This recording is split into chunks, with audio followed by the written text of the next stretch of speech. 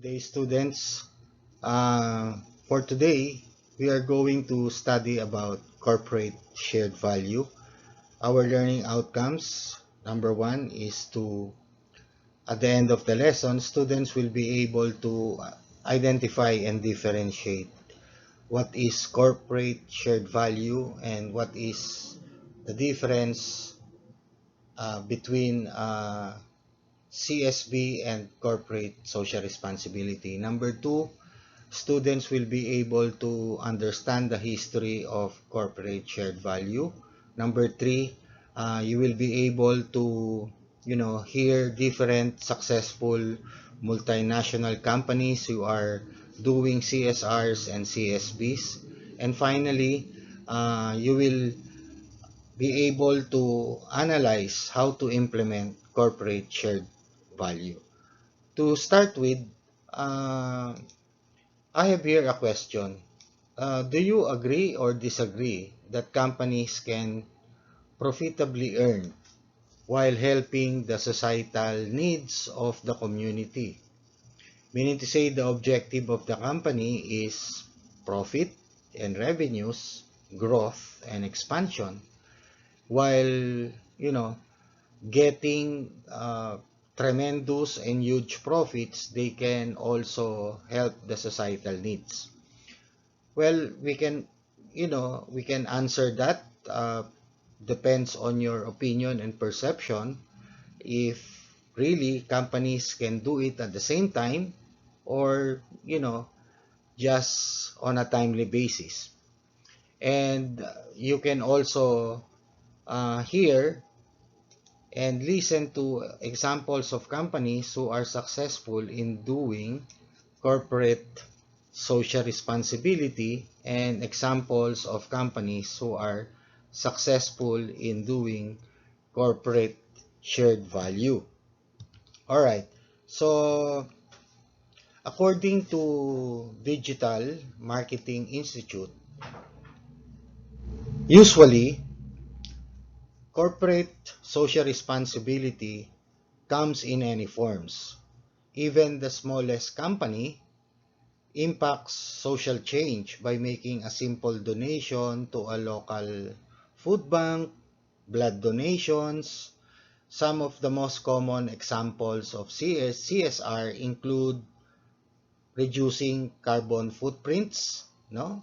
How? By reducing your kilowatt hour consumption, or you may use renewable energies, solar panels, windmills, water mills, etc.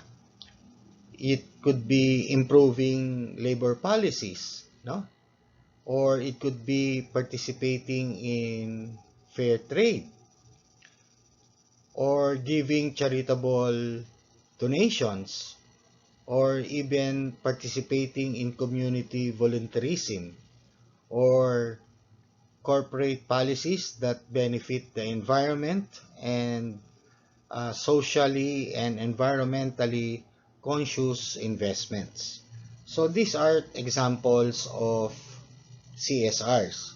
And there are very successful companies that are doing CSR, right? And number one, according to Digital Marketing Institute, Johnson and Johnson, they have a they are doing this for almost 3 decades, no? And they reduce their carbon footprint by taking initiative, leveraging the power of the wind, no, to providing safe water to communities around the world. It purchased a privately owned energy supplier, no, and they reduce pollution while providing a renewable economical alternative to electricity. Very beautiful, no? Google also has a CSR, and uh, Google's CSR is their data center, because uh, the data center of Google, they have 50% less energy than other companies that are utilizing data center. Okay, they have also committed, no, 1 billion US dollars to renewable energy projects and enable other businesses to reduce their environmental impact through services such as Gmail. Coca-Cola, third company. Coke has a massive fleet of delivery trucks, no, that contributed to 3.7 million metric tons of greenhouse gases to the world. They have made major changes to their supply chain practices, including investing in alternative fuel trucks. No? Ford Motor Company also, no? They have an electric and hybrid cars, no? With They introduce 40 electrified vehicles, no? With an investment of 11 billion US dollars. So according to Ford, no, we're all in on this, and we're taking a mainstream vehicle, our most iconic vehicles, and we're electrifying them if we want to be successful with this, endeavor. Okay. Also, Netflix and Spotify, no, they have a program that will benefit their employees because uh, they have this so-called social benefit that is supporting their employees and families, no. uh, like for example, in the first year of the child's birth or life, or another time that's, companies uh, has an 18 weeks, benefit for their employees and children. Okay, so these are examples of successful companies that are doing their CSR. In contrast, let us try to give an example of successful companies that are doing shared value, no? And this is from Forbes, and the contributor of this article was Paul Klein, no? Uh, this was a successful effort of companies about shared value. Number one is Adidas, no? They partner with a bank, no? That will Adidas and this Grameen Bank have a collaboration partnership, and Adidas is going to manufacture a low-cost shoe for the poor in Bangladesh, no? The shoes will be cheap and affordable for the poor, and besides, it will protect people from diseases, no? So that is a perfect example of share value principle both for Adidas and Grameen Bank. Okay. The next example is BMW, no? The famous car manufacturer, no? The elite, no? BMW created a mobile laboratory that they called Guggenheim Laboratory. The objective is to travel to 9 major cities worldwide over 6 years, no? And they are going to address issues of contemporary urban life through programs and public discourse, no? So its goal is to explore new ideas, experiment, and ultimately create forward-thinking solutions for urban life, no? And also H.J. Heinz, no? They have launched a micronutrient campaign to combat the threat of iron deficiency, anemia, and vitamin and mineral malnutrition among infants and children in developing world. So these are examples. So let's go back to that question. Do you agree or disagree that while companies are making good profit, good income, tremendous revenues and sale, and at the same time they can use their own money to address societal needs of the communities. Now, let's go to the next slide, which is about the problems with CSR. Of course, before we go to the main important topic about the history of corporate shared value, let us try to understand first what are the problems with CSR. Of course, one of the problem of CSR is that it imposes no constraint on business. Example is occupational safety and health and the hiring of persons with disability. Because according to this CSR or some companies, uh, if they attempt to address societal needs at their expense of the business, it means to say that uh, this CSR, no, this CSR is an additional expense for companies. And uh, let us say, for example, about occupational safety and health program. Who will benefit the program? Of course, the safety of the internal employees, probably also the external employees, which are the suppliers, no? All right, so the constraint here is the budget or expense that the company is going to cash outlay, no? Just to implement the program. Okay?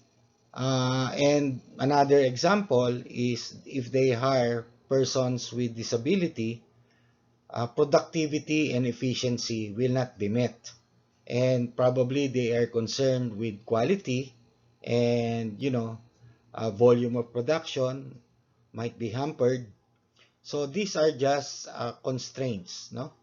Or problems with CSR. And another thing is this, like for example, air pollution, no? It's just an expense for the company right now. So these are constraints and problems of CSR. It's an additional expense on the part of the company. Okay? All right. So let us discuss now what is this shared value and what is the history of this shared value.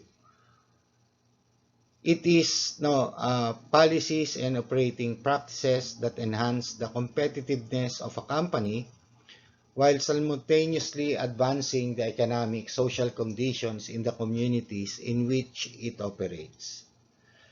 In today's global strategic management trend, there are only two things, no, that is rapidly changing and businesses has to adjust to this trend. Number one is globalization, and number two is the rapid change in technology.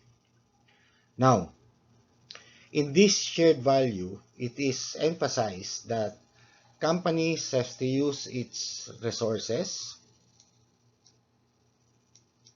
and technology in order for that company to be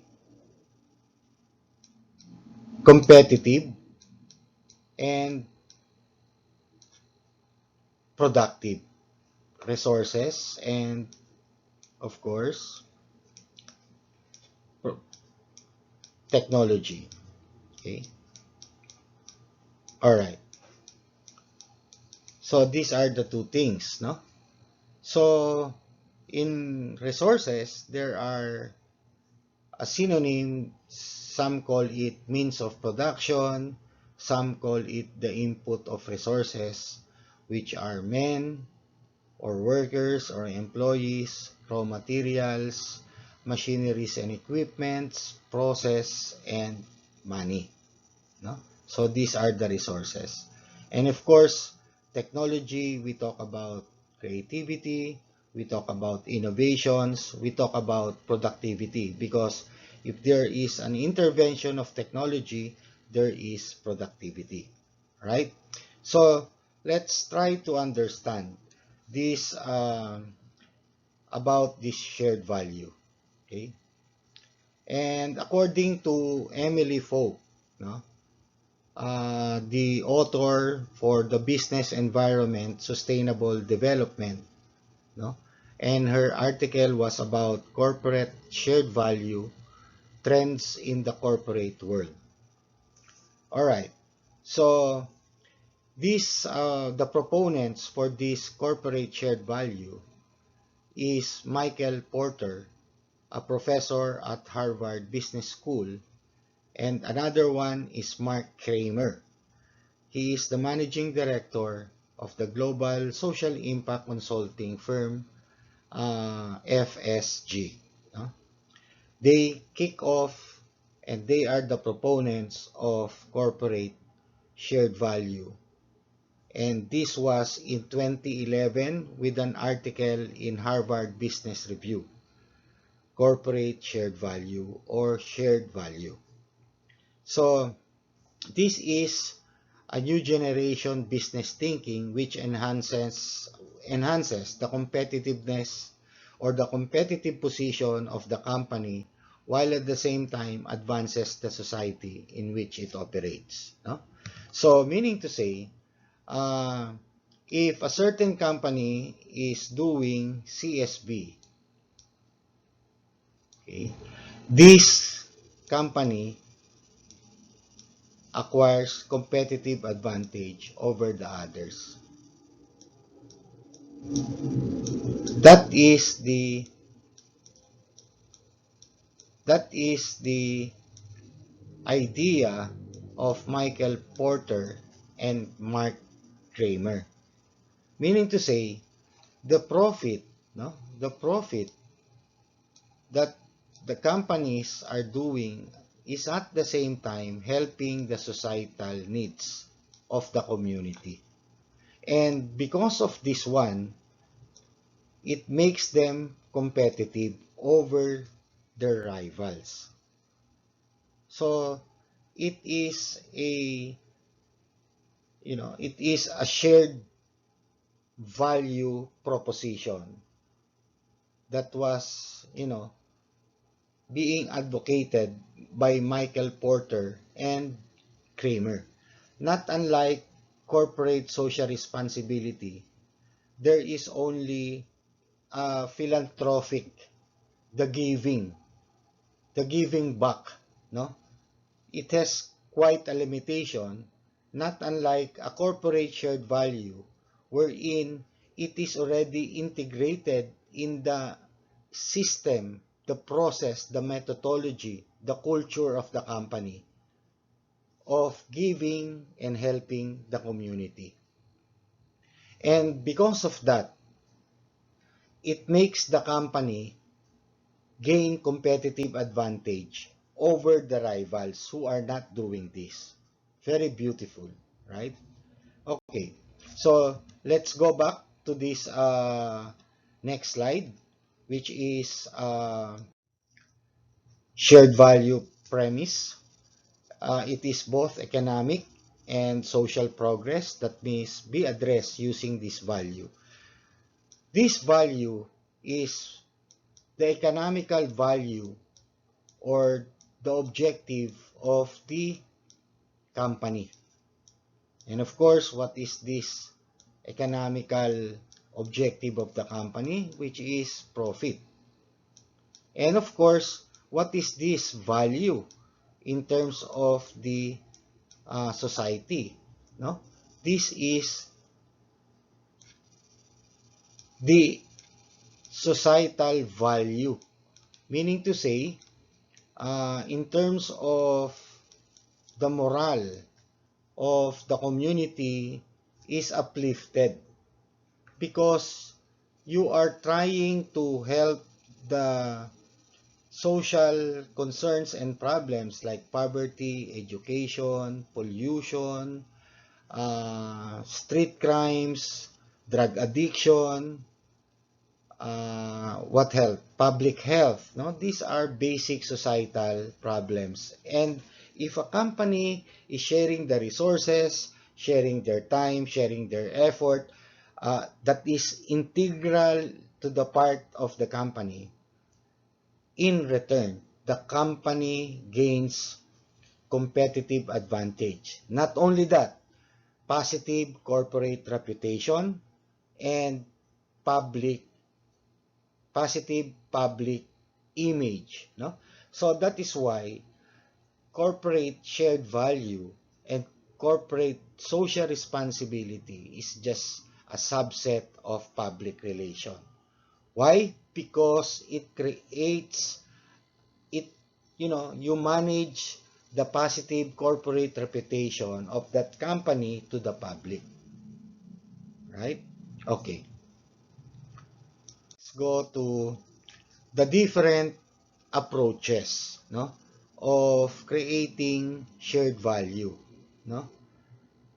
There are three uh, methodology or process that were suggested by Mark Kramer and Michael Porter.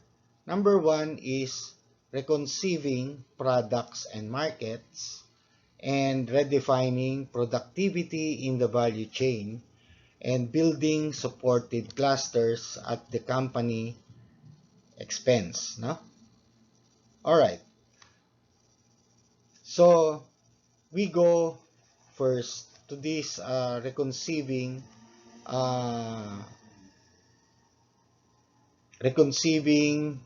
products and market, or reimaging products and market.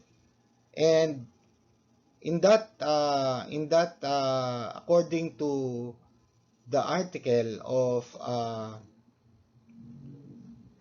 according to the article of Emily Folk, no, in Business Environment Sustainable Development, the first method involves in reimaging products and market. The first method involves a company's product, no, or a service. It includes creating and, reinventing, reengineering, redesigning the products so they meet societal needs. These products often help unserved or underserved customers. Let's take one example of the successful use of this strategy from healthcare company named Novartis, no? Novartis, which launched an initiative, okay,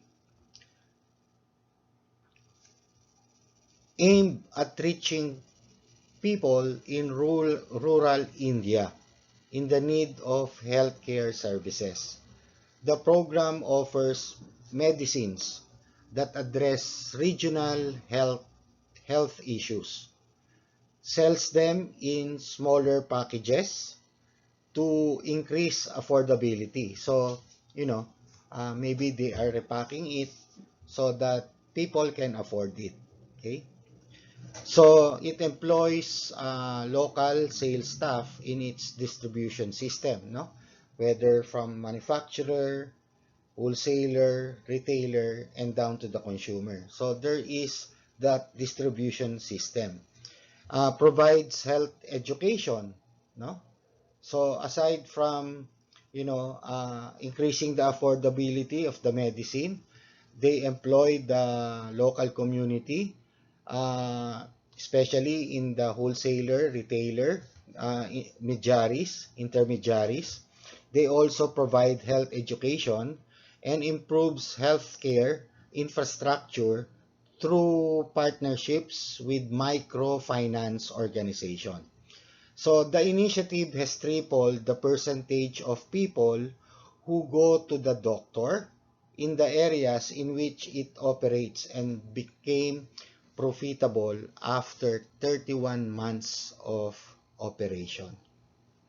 So that is what you call uh, reconceiving products and markets, or reimaging products and markets. So there is a a twist that products has to be reinvented so that it can improve affordability. It has a purpose in terms of the social economic of the people, like in rural India, wherein in the distribution system they use as employees those individuals who are residing in the community, and at the same time promoting health education and programs. Okay, so that is uh, reconceiving products and market, no? And again, as mentioned, these are some basic uh, basic economic societal needs, and one is health, housing, nutrition or health for the individuals with senior citizens, no? Greater financial security and less environmental damages. So, if companies, no, can address these societal needs plus the technology and the resources from the company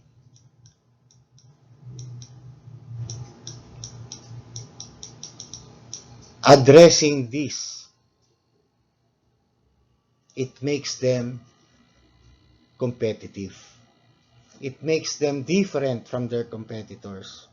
So, the question, do you agree or disagree that companies can earn tremendously while at the same time helping societal needs? Well, that was the idea of Michael Porter and Mark Kramer. The answer is definitely yes. It's how you construct your corporate shared value that is built in the system of the company. Okay? Next is we go to creating shared value, the second technique of as suggested by Porter and Kramer. Um, these are the benefits of reconceiving products. No, technology involves economic development, societal. I discussed this already. So, redefining productivity as the second technique or strategy of Porter and Kramer. So, done by inventing new ways of operating and addressing societal needs. No, technology again, as I mentioned to you, is very important in addressing these issues like energy use and logistics, resources use, procurement, distribution, employee productivity. So, as I told you before, you can have productivity if there is intervention of technology. Example, in Taiwan, particularly in agricultural business, they are using technologies in their farmings, no? Like for example, they are using um, GPS, they are using drones for their agriculture, starting from trying to analyze the soil quality, trying to analyze through the use of GPS, where are those strategic locations or geography where they need to uh, strengthen more on the nutrients of the soil. And they are also using drones, no, for for clearing up pests, no, in their plantation. In Europe also, fishes has already QR codes so that consumers can identify where the fishes originated from. So these things, with the intervention of technology, we redefine productivity in the value chain. The value chain, guys, is we're talking here of if this is the manufacturer, okay, and this is the customer, okay, if the product goes directly to the customer without any intermediaries, that is a direct marketing channel or direct marketing distribution or direct value chain or direct supply chain. When the product comes from the manufacturer and it goes to the wholesaler and then retailer and then to the customer, that is called the intermediaries, and that is called indirect marketing channel. So we can also improve our productivity through our uh, value chain. No, if you can eliminate intermediaries, you can lower or reduce the unit price or cost per piece of your item. Well, that is efficiency. No, and if you can use some technologies in your company and your relationship with your wholesaler and the wholesaler between the retailer, and there you go. If you can improve your, let's say, SAP in your inventory management system, no, well, this kind of software, you can really improve, no, the efficiency, the productivity of your company. All right, let's go to the next slide. So this is an example from Nestle, and also Starbucks is also doing this, redefining productivity in the value chain. This is regarding the supply of specialized coffee. So meaning to say, from the farmers, okay, the supply chain, and then it goes, the product, the produce goes to Nestle. Okay. Now, the shared value here is about, you know, uh,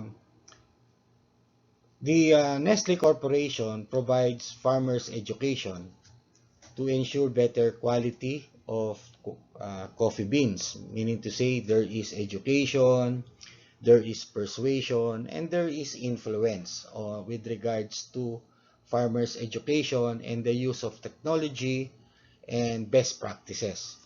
And they also use microfinancing, no, made available to the communities. They have secured farming inputs. What are the means of production that is used for farming? Example, plant stock, pesticides, fertilizers, etc. They also establish a local partnership, no, that will do quality control, meaning to say some of the quality control inspectors are probably family members of the farmers, wherein there is a sharing of quality control instructions and knowledge, so that these individuals will learn how to inspect coffee that is according to conformance. Okay, all right. So these are basic examples of shared value that was, uh, think tank by Nestle, right? Now, let's go to the third one, strategy, which is building supportive clusters at local. Uh, so, this building of clusters, businesses can also share value by improving the supporting institutions, supplier-based and available skills in the communities in which the company operates. No? These changes can increase productivity, support innovation, and foster growth. Famous mainly for its chocolate and other candy. The example here is Mars, no, the competitor of Snickers. No, depends on the cocoa industry to succeed, which is the raw materials, which is, you know, uh, made up of smallholder family farms in the countries of Ivory Coast. No? So meaning to say, again, the raw materials that they are using is cocoa. So they again started to share value by resources and technology so that this cocoa farming can be improved, can have quality. There is sharing of knowledge, and same with also with um, with the example of Nestle. All right. So what are the benefits? No, secure, reliable suppliers. Of course, you eliminate one of the risks because your supplies are steady. No, and they are well inspected, and you are sure that the raw materials you are get is premium. Second, you improve incomes and purchasing power of the local communities with the jobs created. Okay. This building of supportive clusters has also a lot of benefits. Like for example, uh, in terms of agricultural technology, in terms of financial benefits. Okay, there is also an effort to increase the production of the product if that is based on agriculture. No, it also strengthens the relationship between regional farmers and the company. No, and it work also with some alliances. No, like the cooperative or some banking institutions, the government agencies. So you can really tie up your effort, your team effort, no, doing this shared value. All right. So this is the comparative comparison of CSR and CSB. So you can see here that in terms of values, it's doing good CSR. But here, the value that is being created in CSB, the values is in terms of economic and societal benefit. Economic benefit for the company and societal benefit for the community, and when you combine this one, it gives the company a competitive advantage in terms of growth and strategy. This one, the citizenship, is philanthropy and sustainability, while here it is a joint company and community value creation. No? In CSR, it's discretionary or in response to the external pressure, no? Sometimes the social pressure. But here, in CSB, it is integral to competing, no? Because you gain competitive advantage if your company does, if your competitor does not have a competitive CSB, so you have only, you can differentiate yourself to the company. The agenda is determined by external. Here, the agenda is company specific and internally generated in their culture. So the impact limited by corporate footprint and the CSR budget. Here, it realigns the entire company budget. Very beautiful, no? That's why if this is CSR, this is CSB. Okay? Example is fair trade and purchasing for CSR. Here, the example is the transformation in terms of the supply chain and your quality, conformance, and the input of your assurance of your raw materials or the input of your resources. So that ends up our beautiful and educational learnings about corporate shared value. Thank you for listening, and please don't forget to like, subscribe to my video. Thank you very much, and I'll see you soon. Keep safe, everyone.